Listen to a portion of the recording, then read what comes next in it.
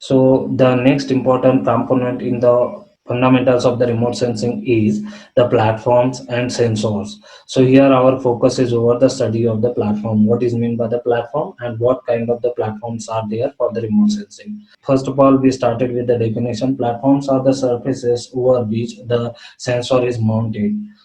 So there are different kind of the surfaces, and on the basis of where that surface is, we are categorized that platforms. So ground based platforms are there, low altitudinal, high altitudinal, airborne platforms are there, and spaceborne platforms are also there. So here when we categorize the platforms on the basis of the altitude, generally the cherry picker act as a ground borne platform. Top hills are also act as a ground borne platform. Photographs taken by the camera which is mounted over the hilltop, and even the camera is mounted over the pole which is on the ground, and when we took the photograph, then it is also the ground board platform or ground observation platform.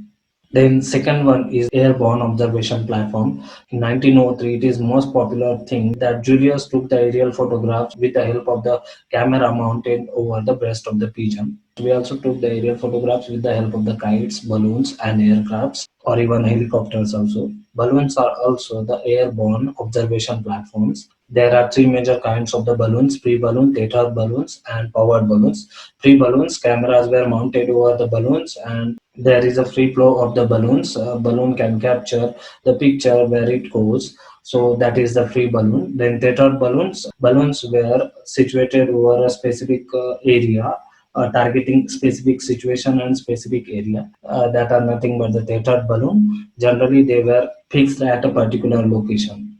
Powered balloon. Powered balloons were controlled by the remote, and with the help of the remote, we are able to cover area which we needed. So these are also type of airborne observation platform. The most popular airborne observation platform is fixed wing aircraft, which act as a platform or camera which is mounted over the aircraft. And most of the government agencies, they are using fixed wing aircraft to obtain vertical aerial photograph. Sometimes wooden aircraft are also used in order to obtain the aerial photographs. Then the spaceborne observation platform. So spaceborne observation platform generally includes space shuttle. Cameras were mounted over space shuttle or the satellite, and images were captured that are nothing but the images. So basic difference between satellite image and aerial photograph is that when we took the photograph with the help of the ground-borne or airborne platform, then it is nothing but the aerial photograph. And when we took the image with the help of the camera which is mounted over the satellite or the space shuttle, then it is nothing but the image. Now I'll move towards the sensors. There are different types of the sensors. Our focus is over the definition of the sensor and types of the sensor. So sensor is the mechanical device that gathers energy, convert it into a signal that human being can understand and present it in the form of the photograph human being can easily read and interpret. So here, when we look at the types of the sensors, on the basis of the energy used, there are two major kinds of the sensors: active sensors and passive sensors. So active sensors means what? The sensors which use their own energy to capture the image. They throw the energy over the object, and reflected energy captured by that particular sensor. It is nothing but the active sensor. And passive sensor means the sensor which use energy of the sun to capture the images. For example, when we use the camera with the flash, then it is the active sensor. And when we use camera without the flash, then it is nothing but the passive sensor. Even our eyes are also the great example of the passive sensor. To see something, we use the solar energy, and on the basis of that, our eye prepare image. That is nothing but the passive sensor. So generally, optical remote sensing is depend on the solar energy. That's why most of the time, optical remote sensing is the passive remote sensing, or which we call as a remote sensing, which is based on passive sensor. On the basis of images obtained, there are two types of the sensors: imaging sensor and non-imaging sensor. In case of the imaging sensor, the direct pixel-based images were created, and in case of the non-imaging sensor, the numbers, digital numbers, were obtained with the help of the photography.